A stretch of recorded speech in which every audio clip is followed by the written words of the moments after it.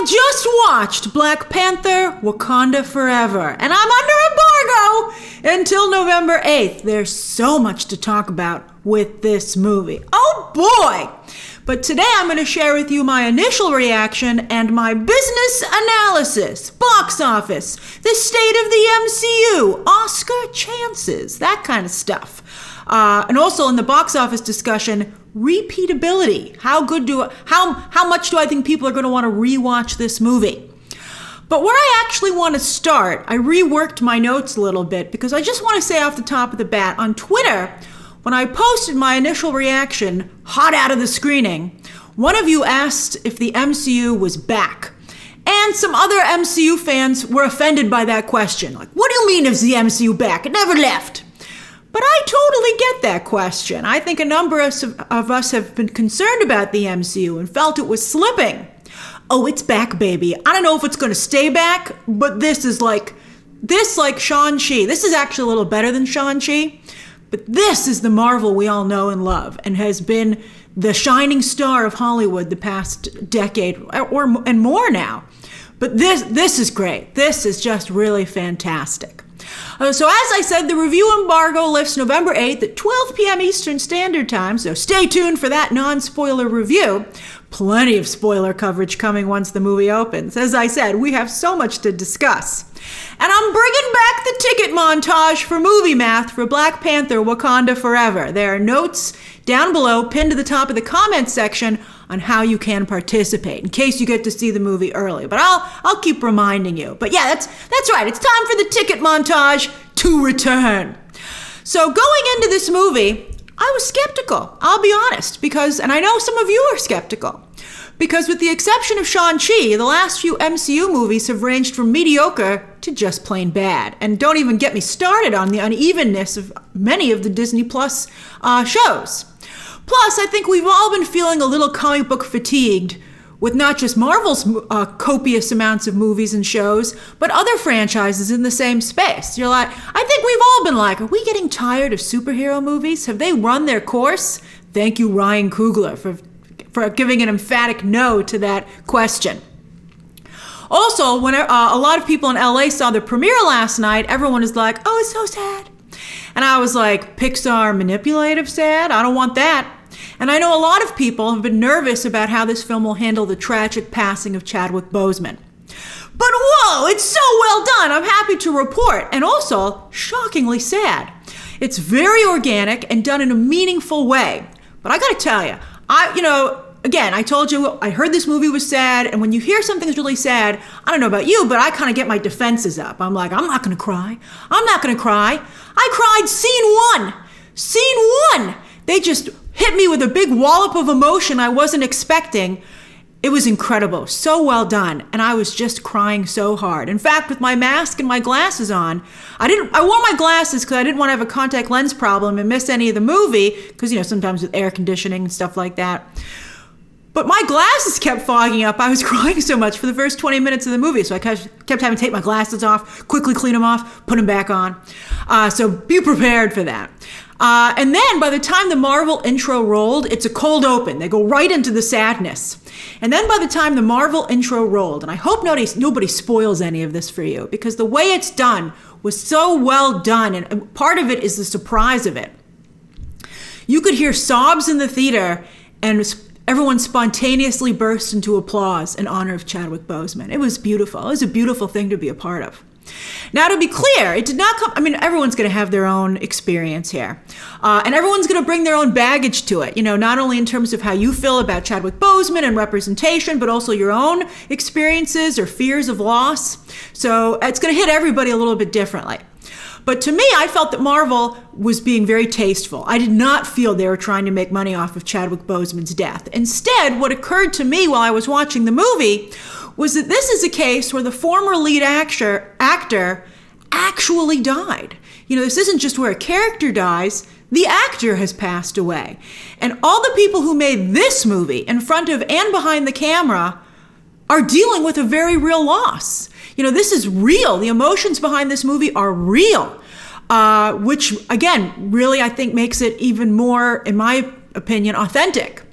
And this movie is being used to process that grief, celebrate Chadwick Boseman and what they all accomplished together with the first film, where Chadwick Boseman was leading the way, and to say goodbye to him.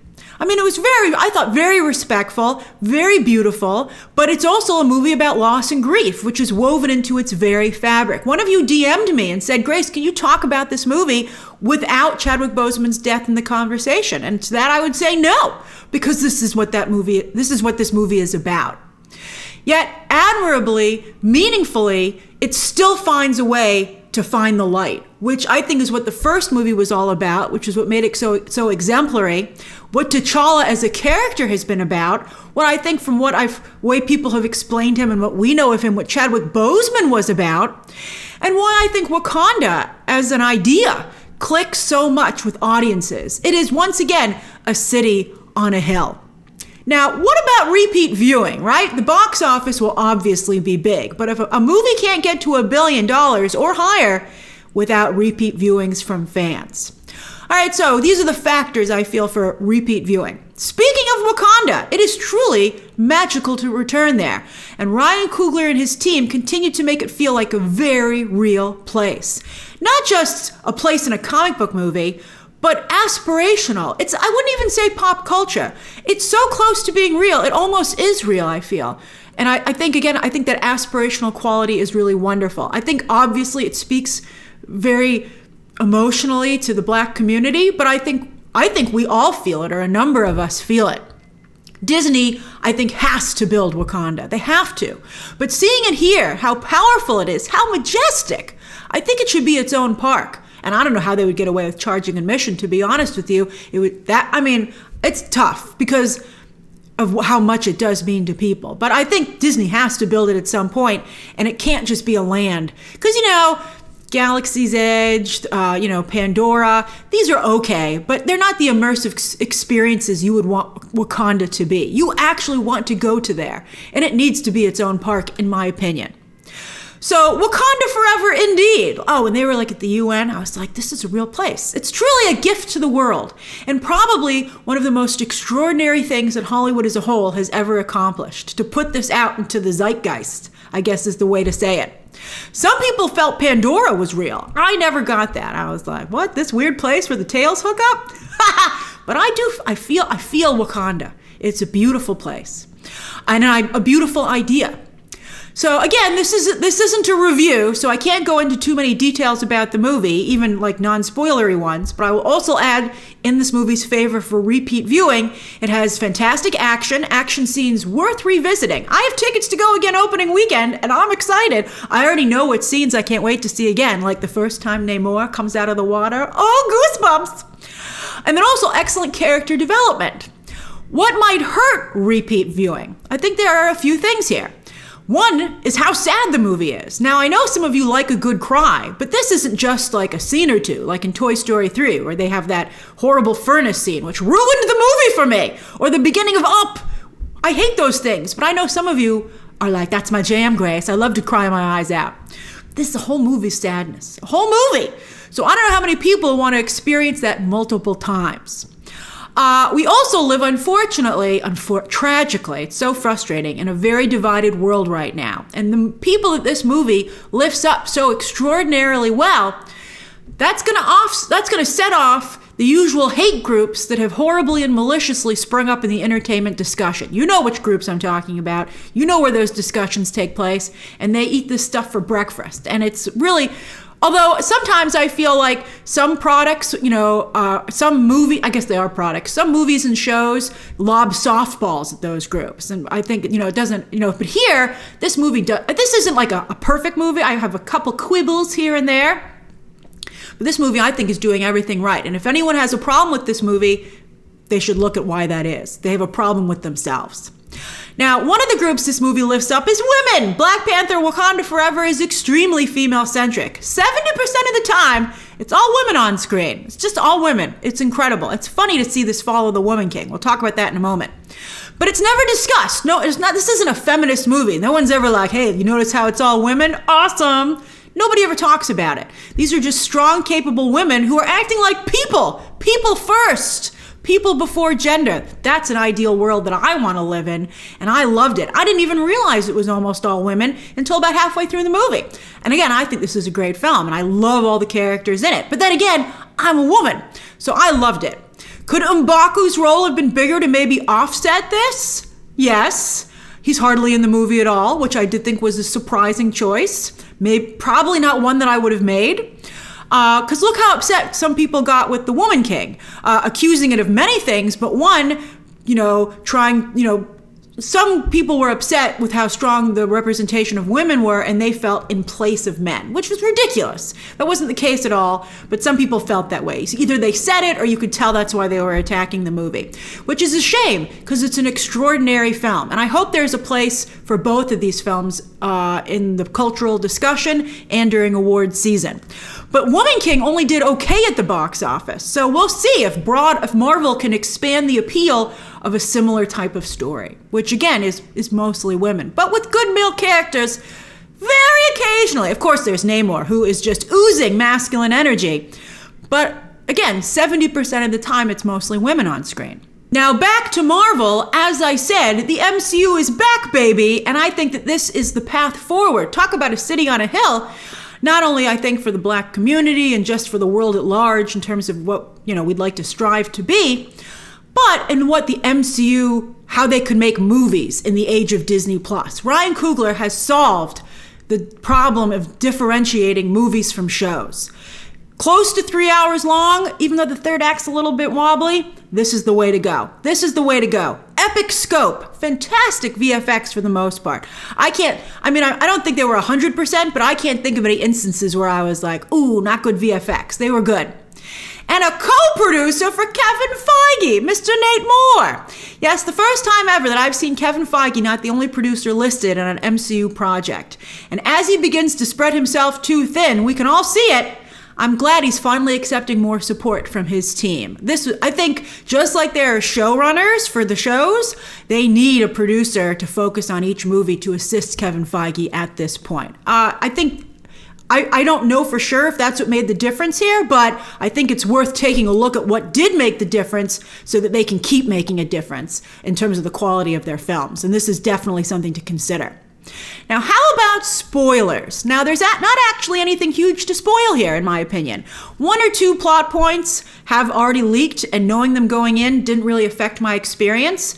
But there were still surprises for me, little things, the way the story unfolded, little nuances and details about Namor's people, for instance, and they were all fantastic to discover within the film. So I hope that nobody spoils them for you. And I would log off social media as much as possible until you see this film. I think you want these surprises from the way the Chadwick Boseman stuff is handled, to Namor's people, his origin, to even other little things. I mean, really great surprises. It's just a well-made movie, and you want to be surprised. And yes, Marvel did decide to cut any references to the MCU at large from this film, perhaps learning their lesson from recent end credit scenes, which have overshadowed the movies they're attached to. Now, this is a stronger film, but I think because of its gravitas and the seriousness of the subject matter and honoring Chadwick Boseman, it would have been inappropriate to have an Easter egg end credit scene. And we've been talking about Easter eggs and how I feel that Andor has suffered from a lack of Easter eggs. But this movie doesn't need them. It still feels very MCU. I think because of the comic book characters it brings to life here. It introduces Riri Williams, who I'll talk about in the non-spoiler review and spoiler coverage. But here I want to say Namor, or Namor is how I believe that's how they pronounced it here in the movie. He is so comics accurate, it's incredible, wow, and yet even more than the comics. He's from the comics, yet they build on that. I've never particularly cared for the character in the comics, yet now he's one of my favorites in the MCU. Tenoch Huerta did an incredible job. And finally, an MCU movie has a proper villain. What a delight!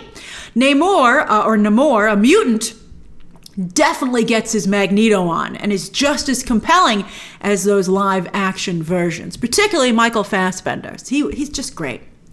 Finally, how about Black Panther Wakanda Forever's Oscar chances? Now, the first film was nominated for 7 Oscars, including Best Picture, and won 3. It's tough with sequels. Perhaps only The Godfather 2 is a sequel that has been as critically praised as the original. And Avatar 2, by the way, also from Disney, is going to be fighting the same uphill battle this very same year for the very same award season. It'll be interesting to see how and they're similar to a degree. They're both very water-centric.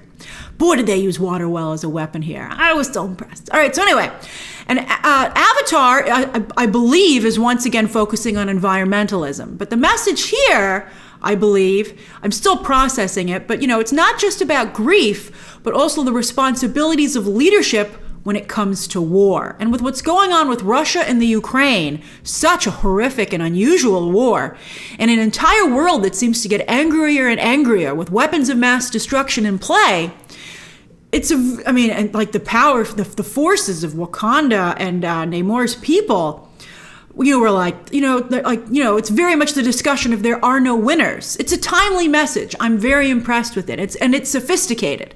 Although I don't know if it's strong enough, because it's a comic book movie and because they're also dealing with grief, that it'll be enough to impress awards voters. For a win, I do think it'll get nominated again for Best Picture, especially because so many movies can be nominated for Best Picture these days. It's a very wide field, very wide category, up to 10.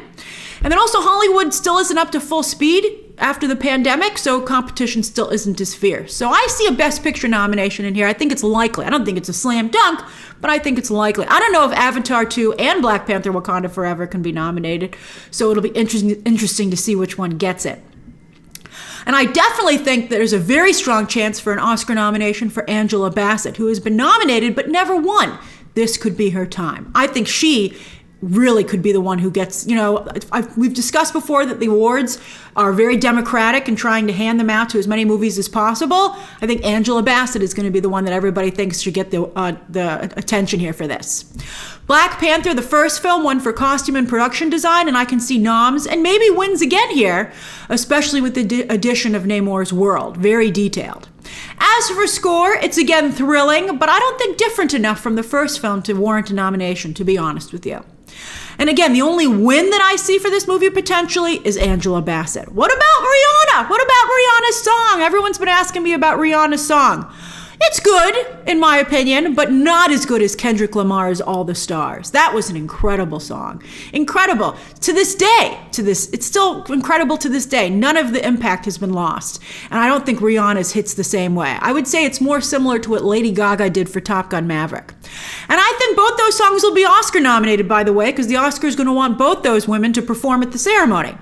But I don't think Rihanna will win. I mean, Kendrick Lamar didn't win. If Kendrick Lamar didn't win, I don't see how this song would win. So those are my initial thoughts and business analysis for Black Panther Wakanda Forever. Stay tuned for my non-spoiler review on November 8th, where I'll share my thoughts on, detailed thoughts on but again, non-spoiler, on all the characters. We'll talk about Letitia Wright, all that stuff, and plenty of spoiler coverage when the film hits theaters. So much to discuss. We'll talk Namor, Riri Williams, the mantle of Black Panther. So much to go over. And that's, again, the secret sauce to Marvel. There's just so much to discuss. But not in a cheap way. They earned it. Ryan Coogler earned it. All right, share your thoughts down below. Subscribe today so you don't miss any of that coverage. And of course, as always, you can check out some more videos right now.